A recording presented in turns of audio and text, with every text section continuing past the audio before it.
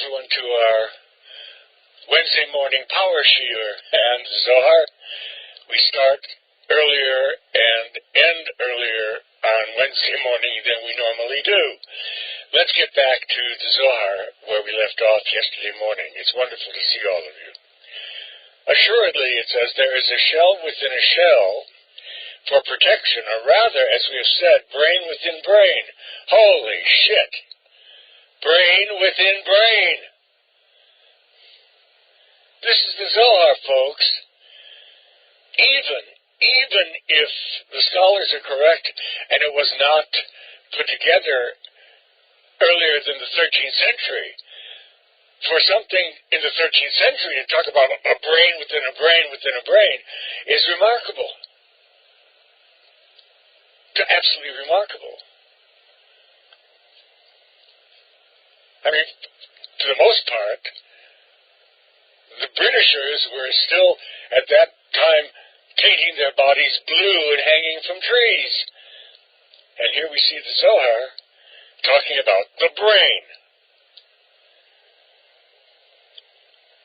And not only that, but it's talking about it as a brain within a brain. If you look at a cross-section of the brain, that's what you're going to see. There actually is the outer cortex, the midbrain, and then the primitive brain.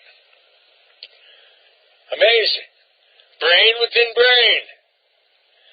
But this is also discussing the brain as the seat of the soul and of God. The body is not the temple of God. The brain is the temple of God. Well, the brain is the body. No, the brain is not the body. The brain is greater than the body, and without the brain, the body would not be able to exist. The Sefer Bahir, even earlier than the Zohar, says, the entire body exists for the sake of the brain.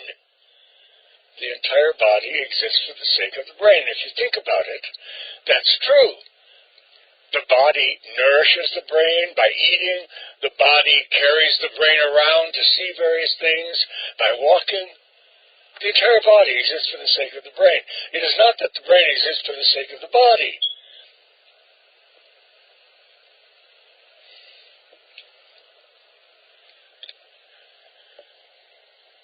So here we see it in the Zohar.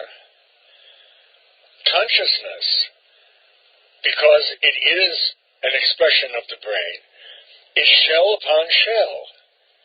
Shell within shell. And the Zohar says, for protection. For protection. Protection of what? Protection of the soul, of course. It's not for the sake of protecting the brain or for the sake of protecting the body. It is for the sake of protecting the soul. That's the context within which the Zohar is here discussing. Brain within brain, shell within shell. Here again, the Zohar is telling us the brain is the temple, not the body. Stop and think of it. Everything comes from the brain. Nothing comes from the body or the ego. The body or the ego are responding to the brain, which give rise to whatever the body and the ego are doing. This is reflected in the Hindu teaching. I am not the doer. The body is not the doer. There it is, right in black and white in the Hindu teachings, stating exactly what is being stated here and elsewhere in the Zohar. The body is not the doer. The body is not the temple.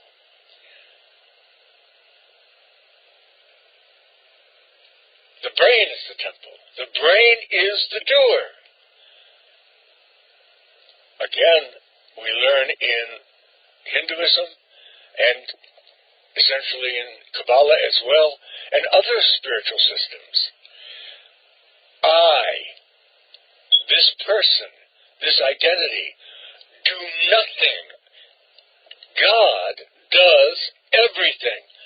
That's a statement of what is being said here and in Hinduism. The brain does everything. Even if you look at meditation. What is meditation? Meditation is an attempt to go into deeper and deeper levels of the brain. It's not to learn to relax. Well, yes, you learn to relax, and you can have a better resistance to catching colds and all that other crap about meditation. But the essential, fundamental reason to meditate is to enter into deeper and deeper levels of the brain. Why? Because the brain is the source of everything. The brain is intelligence quadrupled to the infinite. We only use, we're told, 10% of that brain. The 90% that we're not using, that's the unknown God. That's the God we're all talking about getting in touch with. That's the higher consciousness. The higher consciousness is not something way out there. The higher consciousness is the untapped levels of the brain. Well, what good does that do me to know that? Well, nothing if you don't hear. And if you don't understand, many people don't have the capacity to understand. One of the ways we advocate for meditating is to literally meditate on your brain. You close your eyes and you visualize your brain in your skull. Your brain in your skull. Now, you don't visualize a picture of the brain or anything else. That's not what we're talking about. We're talking about literally visualizing, which means entering into, really, your brain in your skull. Entering into it. And by doing that, you are achieving more and more of its consciousness. How many of you are following this? Raise your hand. I mean, that's the reason to know all this. That's the reason to know about this sacred physiology. It's not just to be smarter than everybody else, or to be able to have something to talk about when you're with your bullshit buddies. Oh, I know that. Oh, I know that. God help us all from the me tours, and I know that tours. God help us. They don't know it. They don't. They have not been there and done that. Whatever they know by hearsay, not by direct experience. How do you know that? By the way they talk about it. Obviously. If you tell me, oh, I've been to Paris, I've been there, done that, and then you start telling me how there are cactuses lining the streets of the Rue de la Paix, I know you ain't been there. What do you think is meant in the New Testament? By their fruits you shall know them. If a tree is giving forth apples, it's an apple tree. Even if it says, I'm a pomegranate tree, bullshit. It's giving forth apples. Therefore, you know, without the tree telling you, that it's not a pomegranate tree, it is an apple tree.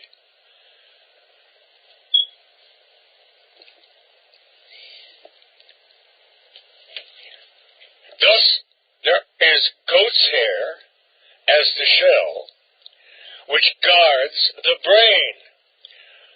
Ram skins reddened symbolizes the mail-clad lords with the flaming eyes.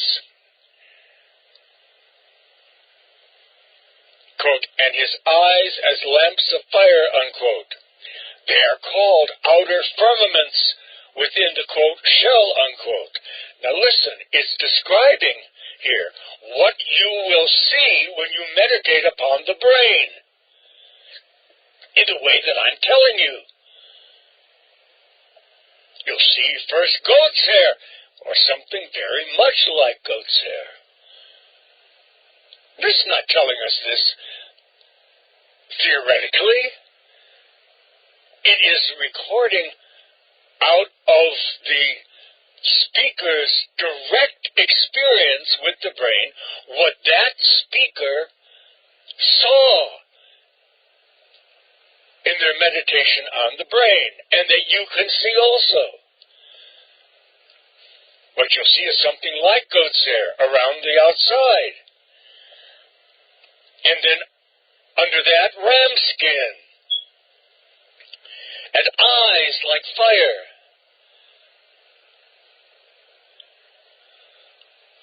This is, some in the modern days may call it, a guided meditation in the Zohar. A religious Jew who came the other day to this class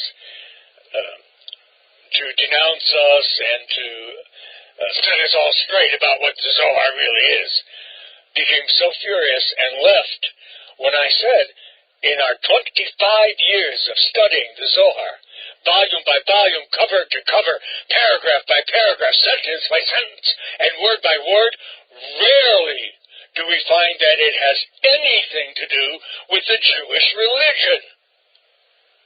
Occasionally, it uses Jewish religious symbols as symbols, but rarely does it ever speak of the religion. It's speaking about God, knowledge of God, entry into God. Boy, that Jew got really pissed. Immediately left. I ain't going to stick around to hear this kind of thing. Which, if he had read the Zohar or studied it, he would know what I was saying was true. Does anything we've been looking at here have anything to do with Jewish religion? Does goat skin have to do with anything about the Jewish religion? I ask you.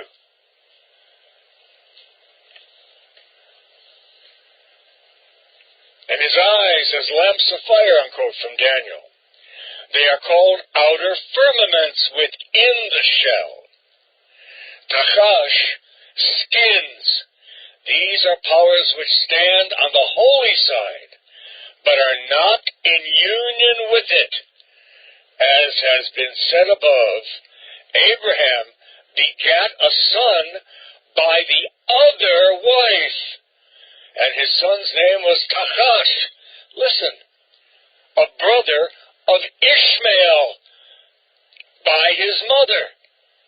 So just as there is a celestial representative of Esau, so likewise is there one of Ishmael. Notice the pointing to Ishmael as this incredibly important figure, archetypally, biblically, equal in importance to the other great, important figure of Esau, who was always getting the short end of the stick.